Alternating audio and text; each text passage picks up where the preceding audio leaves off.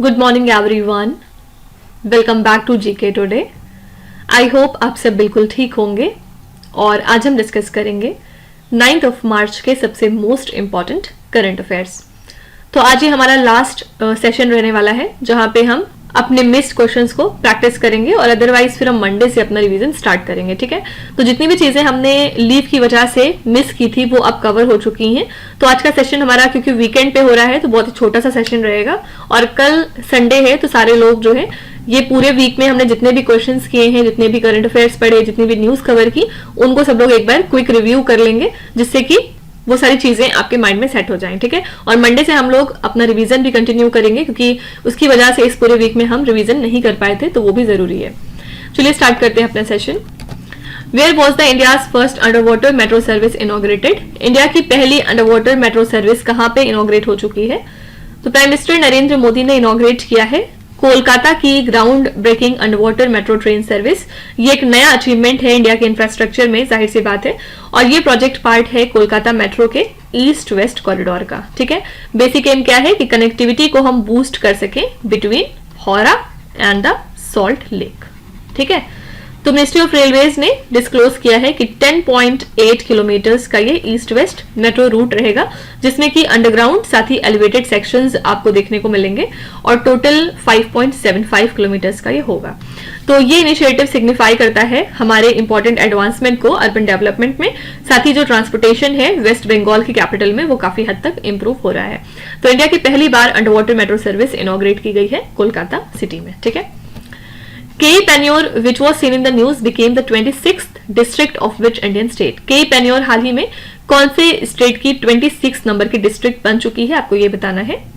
तो ये अरुणाचल प्रदेश स्टेट की 26 नंबर की डिस्ट्रिक्ट है और ये इमर्ज हुई है फ्रॉम लोअर सुबनसिरी। ठीक है, तो इसी के साथ जो लॉन्ग स्टैंडिंग डिमांड चल रही थी नीशी कम्युनिटी की वो पूरी हो चुकी है। आपसे ये भी पूछा जा सकता है कि नीशी कम्युनिटी कहाँ पाई जाती है? अरुणाचल प्रदेश में, और इसका हेडक्वार्टर्स कहाँ पे बनाया गया है? तेर गैपिन सैम सार्थ, ये इसका हेडक्वार्टर्स रहेगा। यहाँ के चीफ मिनिस्टर कौन है? पेमा खांडू। इन्होंने इस डिस्ट्रिक्ट के क्रिएशन पे अपनी खुशी जताई है और इसी के साथ ही एक डेवलपमेंटल अप्रोच रहेगा जहां पे इसके एग्रीकल्चरल और हॉर्टिकल्चरल पोटेंशियल्स को एक्नॉलेज किया जाएगा और इसके लिए गवर्नमेंट फुल तरीके से सपोर्ट करने को रेडी है। तो के पेन्योर कौन से स्टेट की 26 नंबर की डिस्ट्रिक्ट बन चुकी है? आंसर है यहाँ पे अरुणाचल प्रदेश। यहाँ पे हिमाचल प्रदेश से भी एक न्यूज थी, एक्चुअली यहीं पे कवर कर लेते हैं। हिमाचल प्रदेश के चीफ मिनिस्टर कौन है? कल बताया था, सुखविंदर सिंह सुक्खू। और हिमाचल प्रदेश ने हाल ही में इंट्रोड्यूस कराई है एक स्कीम जिसका नाम है इंदिरा गांधी प्यारी बहना सम्मान निधि योजना। ठीक है, ये एक ग्राउंड ब्रेकिंग इनिशिएटिव है जिसमें कि वुमेन को एम्पावर करने की बात की गई है जो कि 18 से लेकर 60 साल के बीच में होती हैं। तो जो भी इसमें एलिजिबल बेनिफिशियरीज होंगे उन्हें स्टाइपेंड के तौर पे 1500 रुपए मंथली दिया जाएगा और इसके लिए 800 करोड़ रुपए एनुअली लगेंगे गवर्नमेंट की तरफ से। तो ये जो स्कीम है इसकी हेल्प से 5 लाख वुमेन को सबसे पहले यानी कि इनिशियल स्टेज में फायदा पहुंचेगा और इसका बेसिक एम है कि क्रूशियल फाइनेंशियल सपोर्ट हम वुमेन को दे सकें और ये जाहिर सी बात है एक सिग्निफिकेंट स्टेप साबित होगा वुमेन के एम्पावरमेंट के लिए इन द स्टेट। ठीक है, तो अगर आपसे पूछा जाए कि इंदिरा गांधी प्यारी बहना सुख सम्मान निधि योजना को हाल ही में कौन से स्टेट में लॉन्च की गई है, तो answer is Himachal Pradesh. What is the theme of national horticultural fair 2024? इसके लिए थीम क्या रखी गई है आपको ये बताना है। तो ये 3 दिन का नेशनल हॉर्टिकल्चर फेयर था जो कि कहां पे हुआ था? बेंगलुरु सिटी में। ठीक है, इसको होस्ट किया था IIHR ने यानी कि Indian institute of horticulture research ने।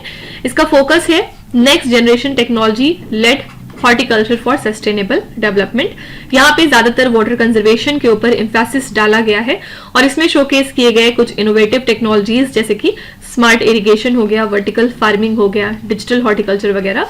इस इवेंट का बेसिक पर्पस था कि फार्मर की इनकम को हम बूस्ट कर सकें और हाई क्वालिटी हॉर्टिकल्चरल गुड्स को एंश्योर किया जा सके। तो 25 फार्मर्स 5 नॉर्थ ईस्टर्न स्टेट से, 4 एंटरप्रेन्योर्स 5 फूड प्रोसेसिंग ऑर्गेनाइजेशन से और इसके अलावा 5 कृषि विज्ञान केंद्र स्टाफ मेंबर्स होंगे जिनको कि ऑनर किया गया for their contribution during this fair. ठीक है, तो ये सारी चीजें बिल्कुल रेलेवेंट नहीं है, बस 2 बातें याद रखिएगा कि नेशनल हॉर्टिकल्चर फेयर हुआ था बेंगलुरु सिटी में और इसके लिए थीम क्या रखी गई थी? Next gen technology led horticulture for sustainable development. ठीक है, नेक्स्ट है Sansad Khel Mahakumbh 3.0 recently seen in the news is organised in which Indian state? ये कहां पे ऑर्गेनाइज किया गया है? तो यूनियन मिनिस्टर हमारे अनुराग सिंह ठाकुर ने इनॉग्रेट किया है सांसद खेल महाकुंभ को at Luhnu cricket ground in Bilaspur, Himachal Pradesh. कब किया था? 5 मार्च को। यहाँ पे चीफ गेस्ट कौन थे? रोहित शर्मा और राहुल द्रविड़। ठीक है, तो ये इंस्पायर है पीएम मोदी के खेलोगे तो खिलोगे इनिशिएटिव से, और यहाँ पे इस इवेंट की सिग्निफिकेंस को हाईलाइट किया गया। एमपी खेल महाकुंभ जो है वो सर्व करता है as a major platform for Hamirpur constituency players, जिसका एम है 75,000 प्लेयर्स को पार्टिसिपेट कराना, और लुहनो क्रिकेट ग्राउंड जो हिमाचल प्रदेश में है उसने इस इवेंट को होस्ट किया है। ठीक है, तो सांसद खेल महाकुंभ के लिए कौन सा स्टेट वेन्यू था? Answer is Himachal Pradesh. Next है which state government recently approve the green hydrogen policy? इसमें से कौन सी स्टेट है जिसने हाल ही में अप्रूव करी है ग्रीन हाइड्रोजन पॉलिसी को? तो आंसर है यहाँ पे C option, that is Uttar Pradesh.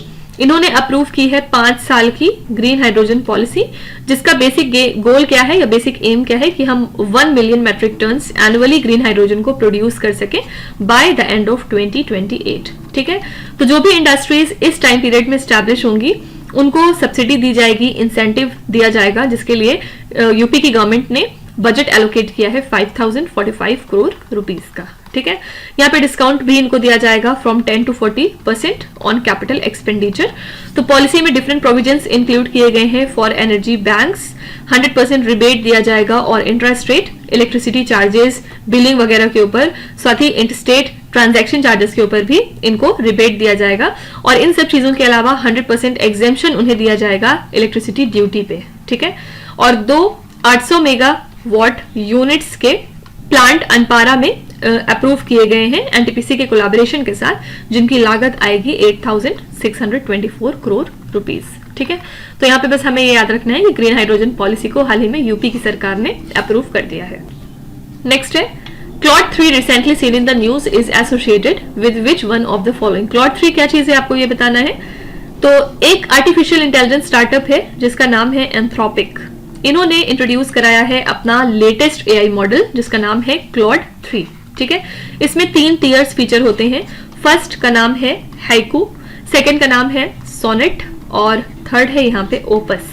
ठीक है, तो ये जो लार्ज लैंग्वेज मॉडल्स हैं ये एक्सेल करते हैं टेक्स्ट, वॉइस और डॉक्यूमेंट प्रोसेसिंग में, जहां पे कॉन्टेक्चुअली डिलीवर होते हैं स्विफ्ट रिस्पॉन्सेज। ओपस की बात करें तो ये लीड करेगा पावर में, वहीं जो सोनेट है ये बैलेंस करेगा कैपेबिलिटी और कॉस्ट को, और अगर हैकू की हम बात करें तो हैकू एंश्योर करेगा इंस्टेंट रिप्लाई को। ठीक है, तो ये सारी चीजें किस चीज से रिलेटेड है? आंसर है लार्ज लैंग्वेज मॉडल, जिसको आप LLM के नाम से जानते हैं। ठीक है, अच्छा, इसके अलावा रिसर्चर्स फ्रॉम IIT मंडी और पलक्कड़ ने हाल ही में क्रिएट किया है एक ड्राउनिंग डिटेक्शन रोबोट, जो कि चैलेंजेस को एड्रेस करेगा अंडर वाटर इन्वेस्टिगेशन और एक्सप्लोरेशन में। इस रोबोट को डिजाइन किया गया है for sea reservoir and dam, जहां पे बेसिक एम है कि आप रिस्की ह्यूमन इन्वॉल्वमेंट को रिप्लेस कर सकें।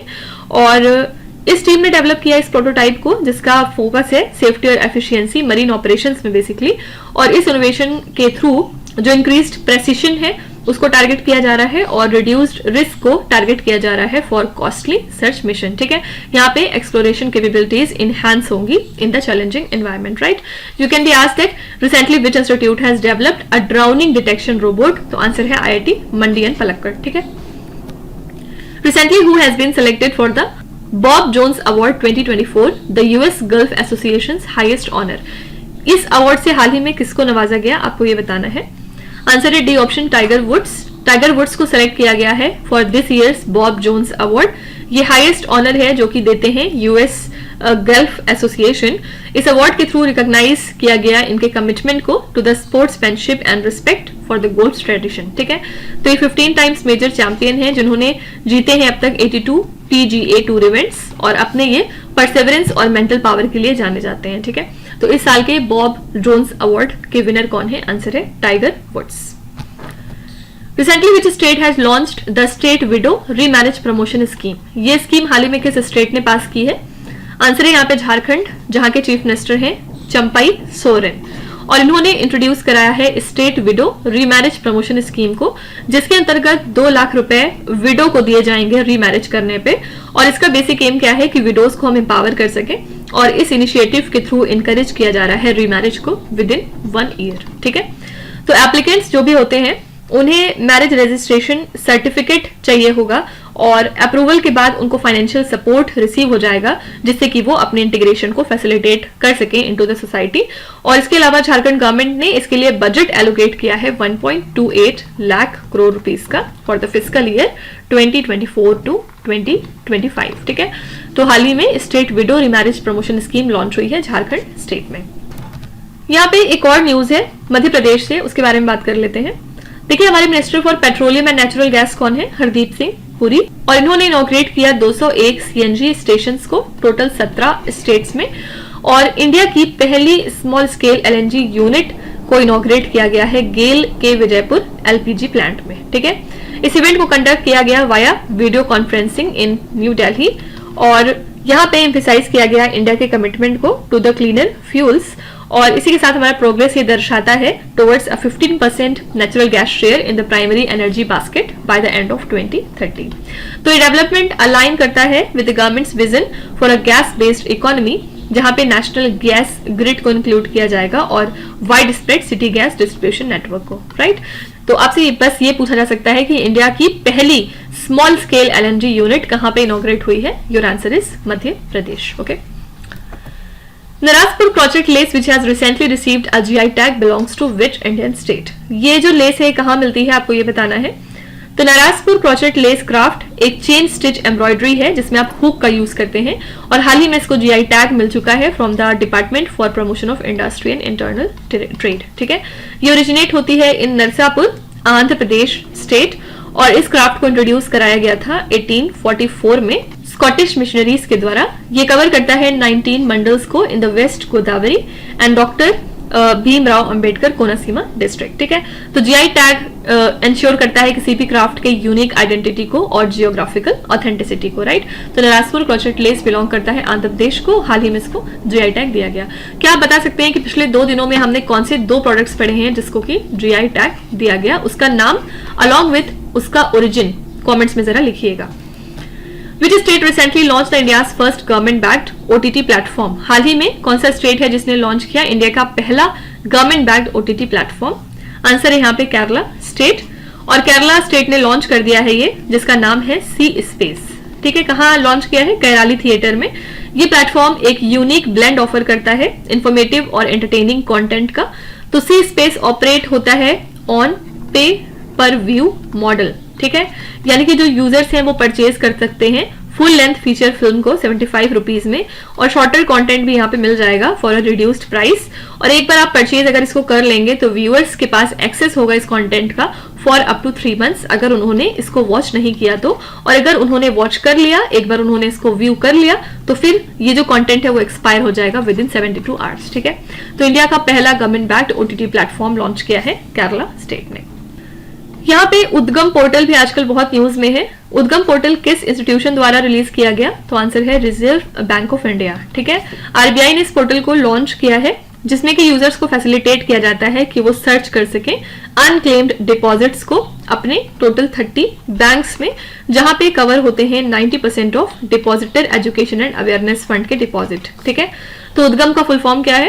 Unclaimed deposits gateway to access information, और ये अलाउ करता है सेंट्रलाइज्ड सर्चेस को for both individual and non individual categories. ठीक है, तो यूजर्स को स्पेसिफिक डिटेल्स दी जाएंगी जैसे कि अकाउंट होल्डर का नाम हो गया, बैंक नेम हो गया, रेलेवेंट आइडेंटिफिकेशन हो गया सर्च के लिए। और इस इनिशिएटिव का बेसिक पर्पस क्या है कि हम ट्रांसपेरेंसी को इनहांस कर सकें और अवेयरनेस क्रिएट कर सकें रिगार्डिंग अनक्लेम्ड डिपॉजिट्स आरबीआई के डीईए फंड में। ठीक है, तो अगर आपसे पूछा जाए कि उद्गम पोर्टल जो आजकल चर्चे में है इसको किस इंस्टीट्यूशन ने डेवलप किया है, तो answer is reserve bank of India. Recently, which city of Maharashtra launched the India's first city-specific zero carbon buildings action plan? Maharashtra की कौन सी सिटी है जिसने हाल ही में लॉन्च कर दिया है इंडिया की पहली city specific zero carbon buildings action plan को? आंसर है यहाँ पे नागपुर, जो कि सेकंड कैपिटल मानी जाती है महाराष्ट्र स्टेट की। इन्होंने लॉन्च किया इंडिया की पहली city specific zero carbon building action plan को, जिसका बेसिक एम है कि आप डीकार्बोनाइजेशन को बूस्ट कर सकें बिल्डिंग सेक्टर के मामले में बाय द एंड ऑफ 2050, और जो इंडिया का गोल है नेट जीरो का उसको हम अचीव कर सकें कब तक? By the end of 2070। ठीक है, तो इस प्लान में एक रोड मैप तैयार किया गया है पब्लिक बिल्डिंग्स के लिए, गवर्नमेंट लेड अफोर्डेबल हाउसिंग और कमर्शियल बिल्डिंग्स वगैरह के लिए, और इसमें एक इम्प्लीमेंटेशन स्ट्रेटेजी भी दी गई है कि किस तरह से आप net zero building city wide achieve कर सकते हैं बाय द एंड ऑफ 2050। ठीक है, तो पहली बार महाराष्ट्र सिटी ने लॉन्च किया है इंडिया की पहली city specific zero carbon buildings action plan को। Where was the first Bharat steam boiler expo 2024 held? ये कहाँ पे हुआ है आपको ये बताना है। तो पहला भारत स्टीम बॉयलर एक्सपो हाल ही में कंडक्ट हुआ है वेटरिनरी कॉलेज फील्ड में इन गुवाहाटी असम। कब से कब तक? 5 से लेकर 7 मार्च तक, और इसको ऑर्गेनाइज किया है असम के इंस्पेक्टोरेट ऑफ बॉयलर्स यानी कि CIB, और इसको सपोर्ट किया है असम गवर्नमेंट के लेबर वेलफेयर डिपार्टमेंट ने। तो इस एक्सपो का बेसिक एम क्या है कि आप एफिशिएंसी को इंप्रूव कर सकें और जो डिफरेंट सेक्टर्स हैं उनकी ग्रोथ एंश्योर हो सके जो कि स्टीम बॉयलर्स को यूज करते हैं। ठीक है, तो पहला भारत स्टीम बॉयलर एक्सपो हाल ही में कंडक्ट हुआ है गुवाहाटी असम में। लास्ट क्वेश्चन है, तमस सुलियोक who was seen in the news became a new president of which country? हाल ही में कौन सी कंट्री के नए प्रेसिडेंट बन चुके हैं? आंसर है बी ऑप्शन, हंगरी। हंगरी की पार्लियामेंट ने तमस सुलियोक को बनाया है अपना नया president after the previous had resigned because of a scandal, और ये 67 ईयर्स ओल्ड लॉयर है बेसिकली, साथ ही फॉर्मर हेड रह चुके हैं हंगरी के कॉन्स्टिट्यूशनल कोर्ट में। ठीक है, तो इन्होंने इस प्रेसिडेंसी को अज्यूम किया through a secret parliamentary vote, जहां पे इनको 134 वोट्स फेवर में मिले थे और टोटल 5 वोट इनके अगेंस्ट थे। ठीक है, तो अब नए प्रेसिडेंट हंगरी कंट्री के कौन हो चुके हैं? इनका नाम है तमस सुलियोक। यहाँ पे क्विकली एक और बात कर लेते हैं regarding world poverty clock. Actually India ने सक्सेसफुली अपनी एक्सट्रीम पॉवर्टी को रिड्यूस कर दिया है with under 3% of its population living below the poverty line. ठीक है, तो अब सिर्फ 3% की पॉपुलेशन है इंडिया में जो कि BPL में रहते हैं, और ये दिया गया in accordance with United nation sustainable development goal.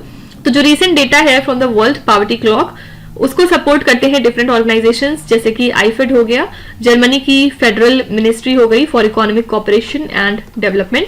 यहाँ पे इंडिया के सिग्निफिकेंट जो है एफर्ट हाईलाइट होता है towards ending the extreme poverty, और ये बहुत ही इंपॉर्टेंट है अगर आप अचीवमेंट चाहते हैं सस्टेनेबल गोल का by the end of 2030, right. तो अगर आपसे पूछा जाए कि इंडिया ने एक्सट्रीम रेट ऑफ पॉवर्टी को कम किया है below what percent of its population as per the world poverty clock, तो आंसर हो जाएगा 3%। ठीक है, तो इसी के साथ हमने आज के सभी इंपॉर्टेंट करंट अफेयर्स कवर कर लिए। आई होप कि आपने सेशन को एंजॉय किया होगा। आज का सेशन काफी छोटा भी था।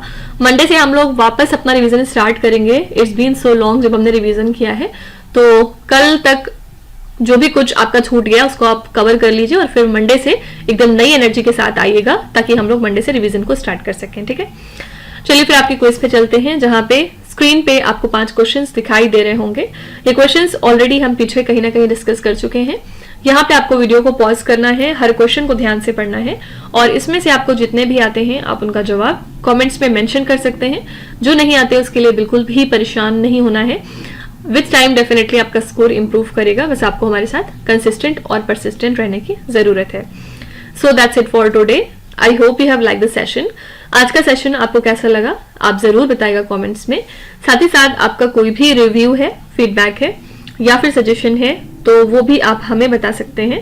हमें जानकर खुशी होगी और हम पूरी कोशिश करेंगे उसको इम्प्लीमेंट करने की।